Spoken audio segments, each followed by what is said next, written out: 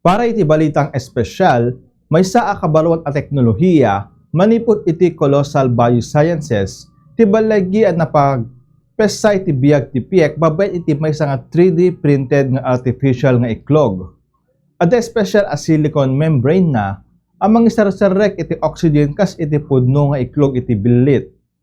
Gagem tila sao a teknolohiya, ang makatulong iti panagpaado kadagiti endangered species, ken posible ang maisubli dagiti extinct nga dingwen kas iti South Island giant moa, may sa adakkel abilit iti New Zealand anapukaw iti 14th century.